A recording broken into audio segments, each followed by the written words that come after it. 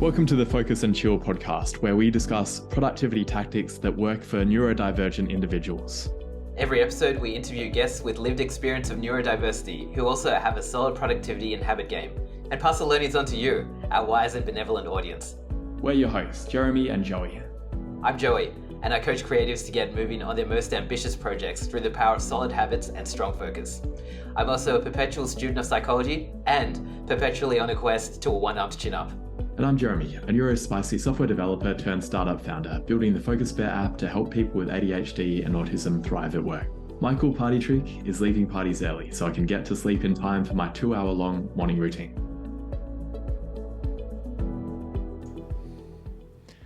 The Focus and Chill podcast is brought to you by Focus Bear, a focus enhancement app for ADHDers. That's adults with both combined autism and ADHD. I'm Jeremy, I'm an ADHDer myself. I'm the founder of Focus Bear and also one of the hosts of this podcast. I built Focus Bear for myself originally because I was constantly getting distracted by my phone and my laptop. I wanted a way to tame my ADHD monkey mind so I'd stop going down rabbit holes and actually get work done, but also get off my computer and my phone in the evening so I'd be able to sleep properly. It's working perfectly for me and it's helping a lot of ADHDs as well. I'd love for you to try it. It's available for Mac, Windows, iOS and Android, and it leverages most of the productivity strategies we talk about on the podcast. You can jump onto focusbear.io or just Google Focus Bear and try it out. Let me know what you think. Welcome to episode number 61 of the Focus and Chill podcast. I'm lucky to be joined by Kat Lee today. Kat is the founder of Kaya, Australia's first strategy-as-a-service platform built for entrepreneurs. Kat forged a successful career in corporate as a neurodivergent professional, leaning heavily into fitness and habit stacking as key tools for emotional regulation. Looking forward to hearing more about that. Welcome to the show, Kat. Thanks so much for having me, Jeremy. Great to be here. Awesome. Well, let's start off with when you first realized that you weren't neurotypical. When did that begin? Oh, honestly, I think it was more prompted by my parents observing that I did everything backwards. As a kid, before I could talk, I'd be dancing and swimming before I could walk, things like that. And so I think there were just some early signals that was a little bit different in the ways I was going to learn, in the ways I was going to communicate. And as I got older, I always found emotional regulation really, really difficult. I found social situations, understanding why people said what they said, I just was mind-boggling for me. And so in my corporate career and in my professional career, that was something that was always a focus for me to manage. Kind of go, okay, how do I get counsel on certain dialogues and conversations that I either observed or was part of, and was like, oh, did I do that right? There was that sort of thing. And the other is that I have real strong sort of pattern recognition capability, which means that if I see themes, I will go, okay, I'm locking into that. So things must go according to this sort of trope. If it doesn't, then I get kind of quite anxious about it and how to really manage those. So quite in my life, I noticed that there were things I was concerned about, worried about, that other people didn't seem to have to, stress about, or that they didn't have to spend time and effort and energy on understanding. Yeah, and I imagine there's some strengths associated with that as well. But yeah, I can relate to seeing a certain way that it could work and becoming very fixed on that. With the emotional regulation challenges, I can definitely empathize with that as well. Was it something that you had a diagnosis around, or it just everything felt stressful and you didn't know why?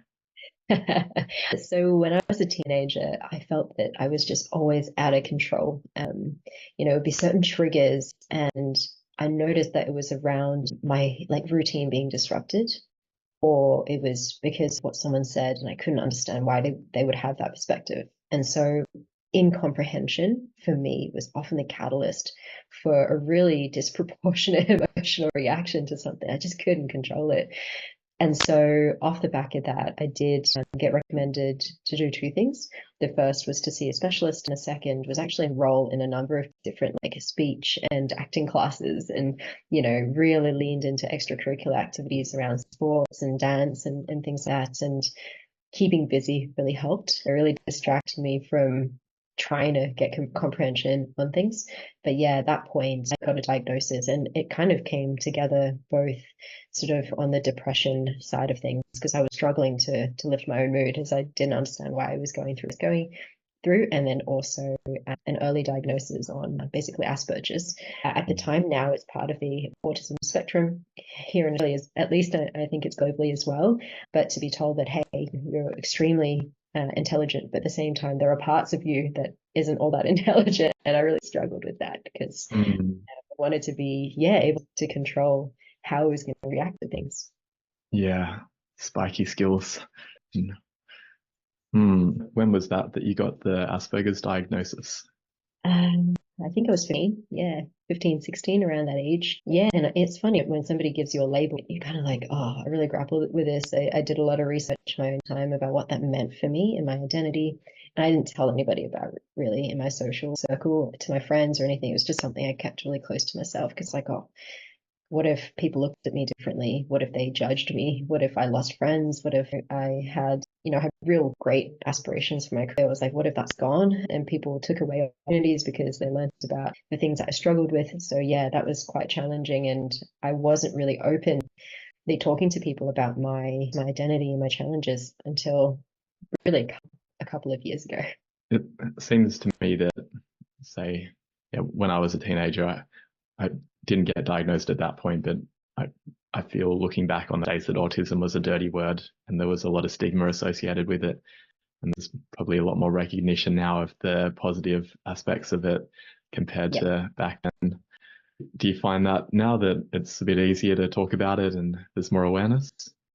Yeah, look, I think part of it is leaning into the fact that I'm not operating the construct and confines of a corporate career anymore, that I run my own business. And with that comes the freedom to sort of be like, okay, well, what kind of leader do I want to be? What kind of business person and business owner do I want to be? And in order to really attract the right kind of people that I would love to work with on a day-to-day basis, I had to be really honest and really authentic about who I am.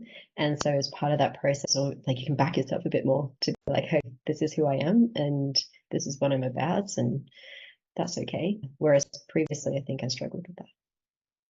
Yeah, that's awesome, being able to bring your full self to work and not have to hide or mask.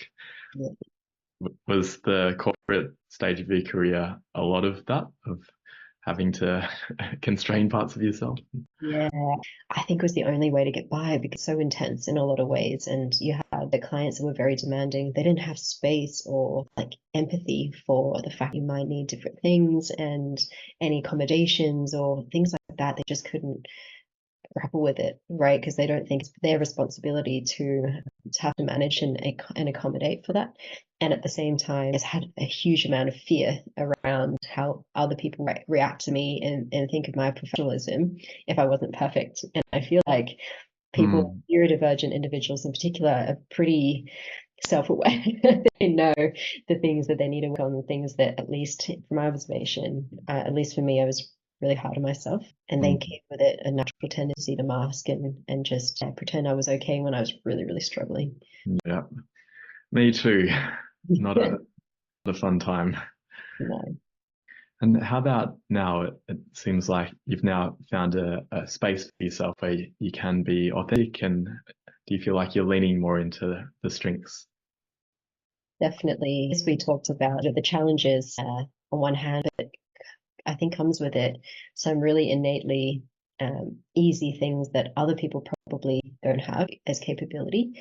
So, for example, I've got a crazy memory. I remember everything, and that can scare people. And they're like, Kat, why don't you ever take notes? I'm like, because I don't have to. I've just file it away, I zoom in and out, and almost like a document format in my head. And I can connect the pieces that people talk about in a way that's probably quite unique and quite interesting, and therefore allows strategy and strategy consulting to be my superpower, because I can see the like less obvious opportunities and therefore pre-warn people around, hey, here are the risks that are coming your way that you may not have already calibrated on. And so I think this is the stuff that we should be doing, and here's how we should prioritize. So being a little bit diverse and different means that you have skills that other people potentially don't have as well. That pattern recognition we talked about before, that's been really, really useful. It allowed me to go, okay, well, then it makes sense to systematize and automate and create technologies for these things, because I can see quite clearly that these are recurring themes for a lot of different people. And so I'm able to preempt pain points quite well as well and get rid of them before people say, hey, I'm struggling with this, which is a very nice skill to have. Mm. Do you have exceptional memory in all areas, or is it just certain areas?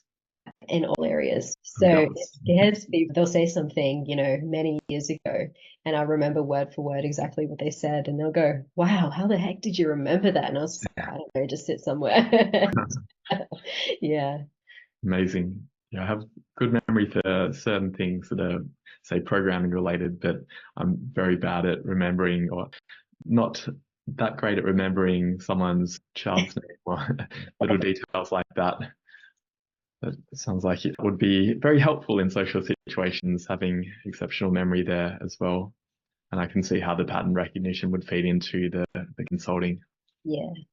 So let's talk about your work now. We Yeah, were sure. talking about that a little bit. What type of clients do you have and what do you help them with?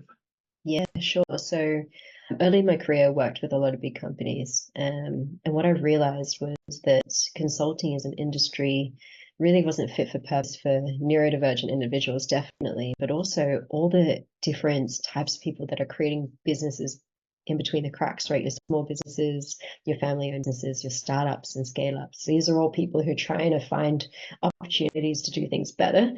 And they're super underserved by consulting because traditional consulting frameworks are so expensive, so inaccessible, so rigid, and it takes such a long time to get anything done. And you have to go to all these different people for all different types of consulting, right? So you're like, okay, I want help with my IT system, and then I need help with pricing, and I also need help with marketing, and whatever the case may be. And I was like, there should be a one-stop shop for people who need an integrated way of thinking strategically about where they're going to go next. And so that's what I decided to do. I was like, I'm going to create the anti-consulting platform and really help serve all of the people that are currently underserved, who want to build their own businesses, who may not have the privilege or capacity or interest in getting a traditional education, but still want to be really successful and grow their own ventures. So how do they get support for all that? And how do they feel like they can be comfortable in being their authentic self and not have to talk to a suit about what they need, and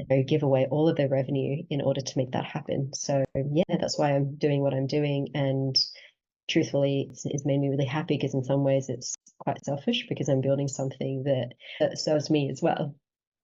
It serves you in the sense of it being part of your special interest and things that you enjoy doing. Yeah, and I feel a little bit guilty. I'm like, should work be fun? Because like, we get told that work should be hard, right? You should earn your money doing things that are difficult, that you're sweating and suffering for it in some ways, because our society has told us it's normal. And then you go home and that's when your life begins. But what I realized is that there is an opportunity to harmonize those spheres of your life better, so that you don't have to mask, as we talked about before. You don't have to be a different person in a different setting just to make other people more comfortable. And so there's a level of guilt for finding that, and I'm trying to work through that with myself. Hmm. How do you manage all those different areas? Because that sounds super useful to not have to go to different people, but very hard for you as well. If you're doing IT, marketing, sales, strategy, all these different areas. Yeah, and look, like as much as I have interest and all of it strategic in some ways, I also know that I'm not going to be the very best at all of those things myself. So I built my business and kind of supported myself just from a well-being and not burning out perspective through in two ways. The first is curating partnerships. I'm really big on connecting with experts that are great at what they do. And at the same time, I feel like I can really gel with them. So it's really easy for us to collaborate and work. And they have a lot of respect and appreciation for the fact that I'm quite different and quite strange sometimes. And they're totally okay with it. And so building those bridges has allowed me to take on a lot more scale quite quickly, because I know I can rely on the different elements of that ecosystem to hold up a project or a client relationship, whatever the case may be. And the second is the technology side of it, is really, as soon as I see a pattern that repeats a few times, I'm like, I'm going to build something to solve that. And so creating a lot more efficiencies and a lot of streamlined processes has allowed me to clear out more of the manual work, and also just reduce latency and room for error. So I don't have to go back and fix stuff when the inputs are really good. So those have been the two strategies that have worked really well for me to date. But I'm also conscious that as my business takes on a new level of scale, those strategies will also need to be different. So I'm definitely work in progress on figuring out what those are and how to put that in place. Yeah, I might ask you for some examples of things that you've automated a bit further on when we talk about productivity tactics. But let's talk about what you do when you're not working. I am a really big fan of sports. I like watching sports, playing sports, talking about sports. So I'm really big on outdoor activities in particular. So going hiking, going out camping, trail running, tennis, anything that takes me outside. I love. So often, even with meetings or productive conversations, I tend to ask people to walk with me. And I find that it allows me to take the regular brain breaks that I need, and also keeps me fresh, because I have a tendency, as part of my neurodivergence, is that once I focus, I can forget about everything else. Like, I'll forget to eat, I forget to sleep. I can just do the same thing and get something done nonstop, essentially. And so that in the past has really eroded my mental health and also my physical well-being. I'll end up not eating for could be days sometimes, and then when I go, oh man, I've been stuck in the same position in this chair for ages, I should move.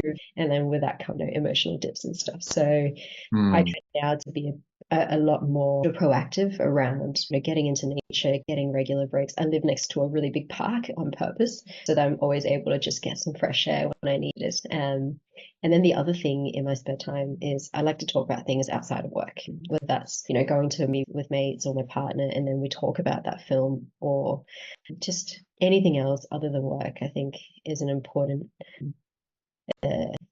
just a way to recalibrate, right? Because it's so easy to talk passionately about the thing that you spend a lot of time doing, but then, you don't get any sort of rest or break from it. So those are the two things. Curious about the last point about talking about non-work things. Do they align to different special interests? Because for me, it's pretty hard to be interested in conventional tropes that people might talk about, say, at a barbecue. How do you manage that? Yeah, I tend to sort of gravitate towards people that really like to talk about, like, all of my good friends are pretty geeky, I'd say, pretty nerdy people in general. So even when we're talking about non-work stuff, it sounds like work to other people, but we're talking about like robotics, we're talking about Web3, we're talking about the fallacy of believing that AI is going to be a thing that dictates the world. That would be controversial. But I'll have debates, like really heated debates about politics, about the world order, whatever the case may be, with mates. And some of those, the intellectual banter for me is rest. It's a hobby. I really enjoy it. And I think for regular folks that are like, oh, let's chat about what we did on the weekend, that might seem like it's not socially connected. But for me, that's the way I socialize, and it's not for everybody. But I think from your smile, it sounds like you really resonate with that as well. Yeah, definitely. And my AI note taker is slightly offended that you don't think AI is going to take over the world. But, all right, now productivity tactics. I'd love to dig into both how you use exercise as a tool for emotional regulation, but I imagine also productivity, and also some examples of how you've automated processes that you noticed were recurring. So in terms of the fitness side of it, I actually get a lot of ideation during cardio sessions. So what I'll do is I'll often give myself a challenge. So it's like, okay, I want to do this running set, and it's a 5-minute block. It's like a minute at this level, a minute at the next level, a minute at the next level, and then 30 seconds of a sprint and then a break, and then you repeat that. And so for each of those running blocks, I typically have a topic that I force my mind to focus on and be like, okay, so I have a client problem, and they've been trying to figure out how to launch a new product which is just not landing. How can I help them? And I'll focus on an area and go, okay, let's focus on go to market, or let's focus on pricing. And I'll force myself to come up with an idea by the end of that running block. And then it's a reward almost, like, and also to take away the pain of of running, which I don't actually love, but I do because it's a really great way to exert and let go of any sort of emotional buildup or things that I'm processing. So the sweat, and alongside feeling like I've accomplished something, as well as doing something with my mind while I'm suffering physically, is a really helpful way for me to be productive.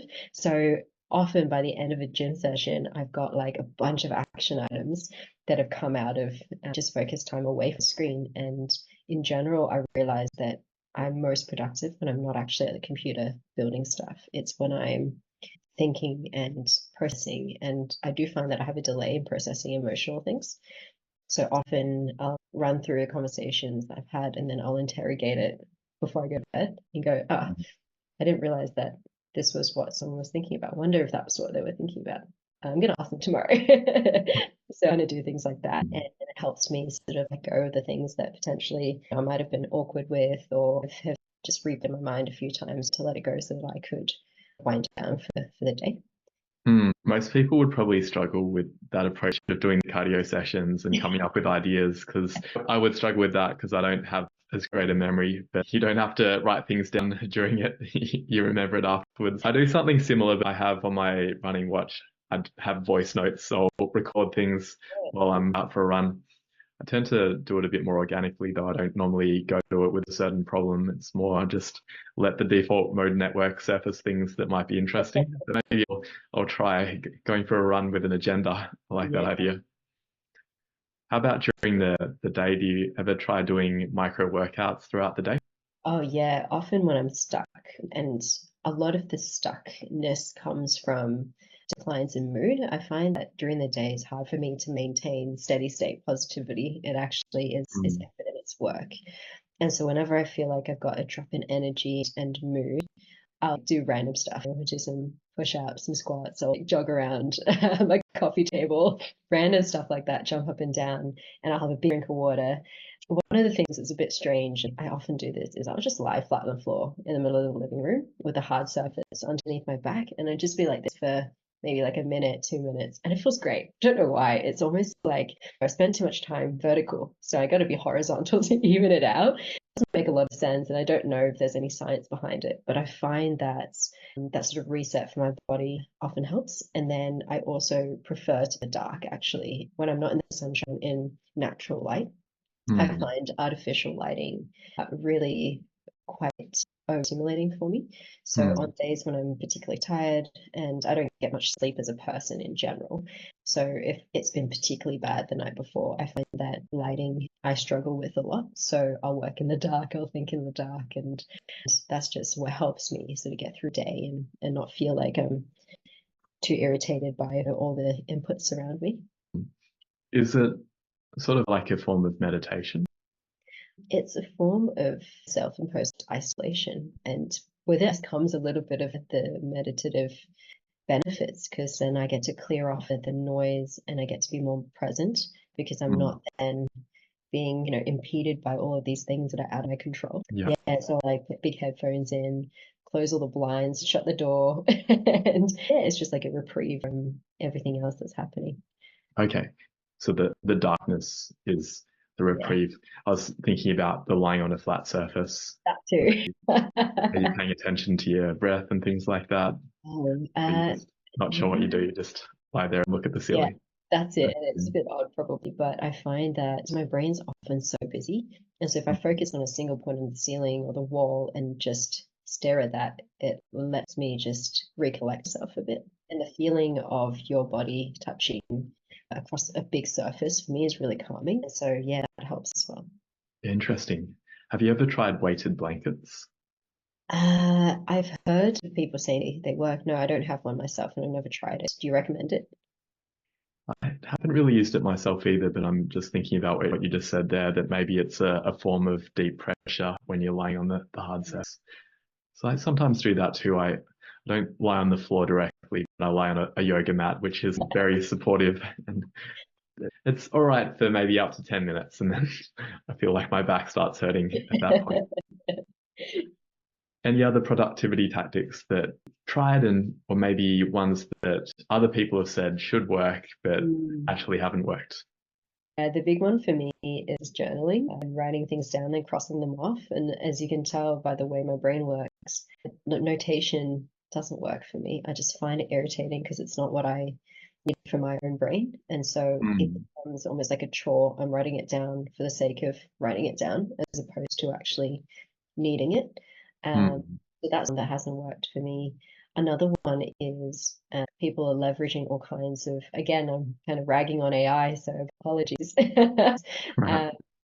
But, you know, like an AI-enabled productivity calendar kind of plugin, I find those difficult because I actually like the process of rearranging my diary for myself. I like to break things into increments. I like the flexibility to insert things like my to-dos into the calendar as like a mindfulness exercise. So creating my calendar or sharing it with my virtual assistant, for example, I found that to be not things that help me. Yeah. Interesting. How do you deal with your brain processing all these different ideas then? Because for me, journaling is really helpful as a way of externalizing those thoughts and letting me get back to what I'm trying to do. Yeah, I like execution. So what I typically do is as soon as an idea comes to mind, I flesh it out by breaking it into little milestones. And part of it, I think, is just a natural tendency for strategic work. So I take a problem and break it down to its component parts quite naturally. And so I'm able to go, oh, I have this idea. What do I need to do? Here are the 4 parts to that solution. So I'll then just chuck them straight into my diary so that I create time to actually go and do that thing. And then it doesn't live in my mind anymore because I know that I've put it down somewhere and I'll come back to it when I need to. And therefore, the journaling and the note taking from an ideation point of view really doesn't happen as I'm writing stuff down. It happens as I'm creating something, and you know, the innovation and stuff that comes with it happens in the execution, which I think is hard to describe to people. But what I like to do is create like a version 1 of that thing and then iterate it towards the thing I have in my mind, which is more of a visual than it is a bunch of word-based ideas. Okay. I'm still struggling to think about how that would work for me because I have so many divergent thoughts that I might be working on project A and then I'll have a thought about project B that I can't execute right away. But are you saying that you're not really then going in and writing all the detail or creating the artifact? You're just creating space in your diary that you will process that thought later for client B, but you're going to come back to client A in that moment?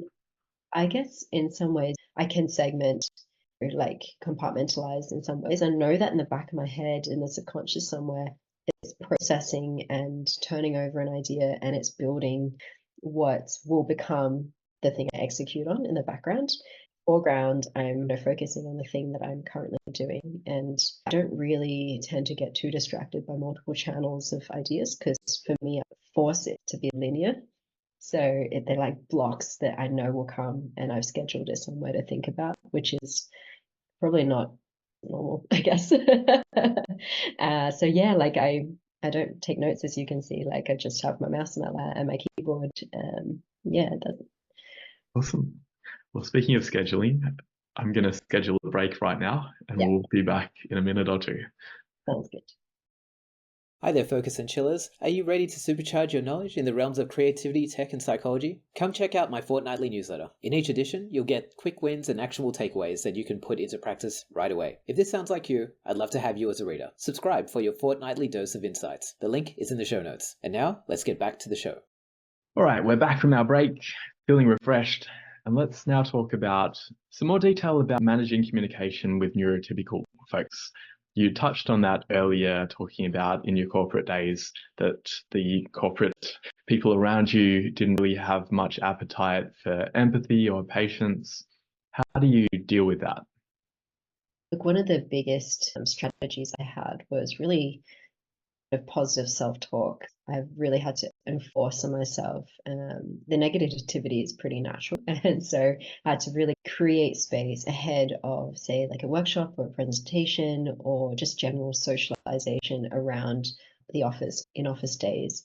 So I'd have to really psych myself up. I had to prepare my mind the night before and the day of in the morning and go, okay, here are the conversations I'm likely going to have. These are the topics. Here are the types of personalities I'm likely to collide with during the day. And I need to visualize the environments in which I will have to operate. So often in the consulting sphere, you'll have your home office, which, your firm, but then you'll have to go and visit client sites. You might be on the road.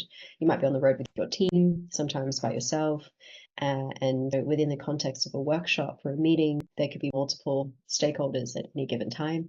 So I'd actually have to make that a proper mind exercise ahead of those days, every single day, and walk myself through that day so I know what to expect. And so I'm super prepared for that environment. Yeah. Sounds really challenging. I had a job in a consulting firm and I lasted about a month.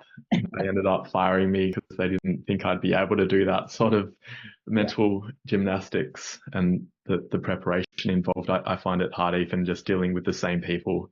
I have to do the same kind of mental preparation, but dealing with different people. And I imagine you might be on a client assignment for a month and then different group of people. Sounds pretty full on. Yeah, it really was. And it actually made me just physically ill. I felt like I was always stressed. I was the skinniest I ever was. No matter how much I ate, I couldn't put on any weight. I've always been a pretty athletic, fit person. I wanted to put on some more muscle, but I was really just really lean. I couldn't gain any weight. And I often found myself just really fatigued, barely any energy at the end of the day because I've given it everything I had. So it was exhausting. And looking back, I'm glad I got the skills out of it and the ability to really understand my own capacity and limitations, but I couldn't do it again. Don't have the mental horsepower to go through that process. Yeah, absolutely. That sounds really full on. Do you find it's better now that the people you're dealing with, there's less of the unknowns and less of the masking required?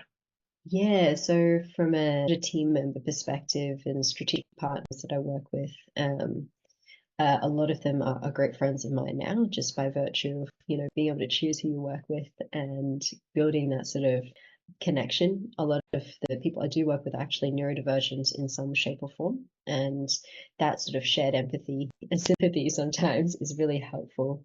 Unfortunately, as part of growing a business, you still have to interface with other people who don't identify as neurodiverse. And what I do now is communicate my needs quite early. I'll be like, okay, in this conversation, we're remote. And when we're remote, you may notice that sometimes I'll need to fidget with a thing to keep me focused on this conversation. So if that's the case, particularly on days when I'm tired, I'll say that up front to manage expectations and to explain to people that, hey, it's nothing to worry about. It's not that I'm not focused on the conversation. It's just that I'm actually having to put in place some interventions for myself ahead of time, and I'm just communicating that with you. And whenever I do that, the reception has been really positive because overwhelming people are like, oh, at least you're telling me and I know what to expect. And it's not something that I have to be faced with in that moment and then not know what's going on. So there's definitely that. Or once in a while, if I really need to lie on the floor, I'll be like, hey, I just got to duck for 2 minutes and I'll be right back. Just give me a couple of minutes and we can resume the conversation. So that happens sometimes as well. Yeah, I have a similar experience that sharing those accommodations and the preferences seems to be well received. Yeah. You talked about habit stacking in your bio. What does that look like in terms of your morning routine? Yeah. Oh, I basically have the same morning routine every single day. And I really lean into it to make sure that I'm going to start my day right. So I get up and I have my alarm on 15-minute increments. I don't need it usually, but I know that it's there. So I feel safe that I'm not going to oversleep, for example. So I start my day right by knowing that I'm not going to make a mistake right off the bat. And then from there, I'll have a big drink of water and I'll take my supplements and then I'll go do a workout. And when I do a workout, I'll always need to have a coffee before that or some sort of caffeine, usually coffee. And so I'm pretty structured in that way. And if I don't work out for at least 4 minutes, I will feel like someone's robbed me and I'll struggle with it for the whole day. So I need to make sure that I get in that time. And then I'll do the cold water exposure thing in the morning as much as possible because I feel like that always resets me. It jolts me into being focused. And then I start my day. But basically exactly the same routine every single day. And to travel for work, I'll do that religiously as well. Is it a different workout each day or the same type of exercise each time? Yeah, great question. I often do the same structure. It might be slightly different because you have push-pull, full body workout days and cardio focus, but I'll always do the same structure. So it'll be like a 10-minute warm-up block and then a solid hit or weight session and then a cool down process. And I'll always need to follow that structure. So if someone interrupts me during that and it gets derailed, I just find myself to be really agitated for the rest of the day. Yeah, so dangerous to be around. Yeah, especially you mentioned that sleep is sometimes an issue. Yeah. Do you want to talk about that for a bit? Sleep, I think, is probably of all the challenges that I have with the brain that I have, is the biggest one. And it's something that's plagued me ever since I was little. It's just never been a good sleeper. And when I was a teenager, I probably was like averaging to 2 hours a night and sometimes none on some days. And throughout my professional life, maybe on average, good days be like 3 to 4 hours, bad days, again, 1 or 2 hours. And I can function. I feel like being on the ball with stuff is not the challenge. It's my mood that really, really suffers when I don't sleep. So recently, I've really had to focus. I've been on all kinds of different medications to try and solve that problem. I've done meditation, magnesium soaks, yoga before bed, and guided meditation, all kinds of stuff. And recently, what I have much more focused on is I have a really structured morning routine. So maybe now I need a really structured bedtime routine and give myself the chance to process the day. Once I process the day, do the exact same thing every night. So I'll go brush my teeth and then I'll turn off all the lights in the sequence that I like. And then I'll get in bed and I'll stack my pillows in exactly the same way every single night. And being a creature of habit and routines, so they're structures and comfort that help me. And some days it's helped, and I'm still working on a regular, reliable process, but it's been a bit better in really just forcing myself to incur 3-4 hours of decent sleep in the last, I'd say 3 to 3 months. A bit better than it was before, but yeah, nowhere near enough. Yeah, well, it sounds like you're making efforts to continue to iterate on it. And hopefully over time it'll get very easy and you'll be a good creature of habit. I hope so. People laugh because my mates are like, you are so efficient and so productive. Imagine if you slept, or it'd be a machine. That'd be scary. Or the other way around, I can't function with sleep. Who knows? Yeah, well, a lot of people, including me, would be envious. I'm a wreck without 8 hours of sleep, and I find it easy to get to sleep. But yeah, I experience the same thing with mood, that if I don't get enough sleep, then I'm not a nice person to be around. Yeah. Well, it's been really good talking with you. Where can people connect with you? The best way to find me is on LinkedIn. I'm pretty active there. I also publish a newsletter on LinkedIn that really talks about all kinds of well-being, tech, strategy topics. And sometimes I'll write some pretty controversial things on the way that I see the world and why I'm building the business I'm building to solve problems with the way things are done in our world currently. So if that's your cup of tea, feel free to check it out. Wonderful. Do you have any final words or ask for the audience? I guess my biggest learning is to be unafraid of being exactly who you are. I'm sure this trope comes up with a lot of people that are on this podcast, neurodivergent people that are somewhat ashamed of who they are. I was for a long time insecure and worried about what people thought about me. But the reality of it is when you sort of back yourself, more people connect with that energy. And you might be different, but you're also really cool, really special. And it's important to remind ourselves of that. And just because I need accommodation doesn't mean I'm any less worthy. If anything, the fact that I'm able to show up with all of my challenges is something that should be celebrated and applauded. So yeah, I think that's the final thing for me, and something I tell myself every day and try to stick to as well myself. Wise words. Thanks so much. Thanks for tuning in to this episode of the Focus and Chill podcast. To listen to other episodes, jump onto podcast.focusbear.io. If you'd like to be a guest on the show, or you know someone who'd be a good fit, email us at team@focusbear.io. Otherwise, stay focused, stay chilled, and peace out.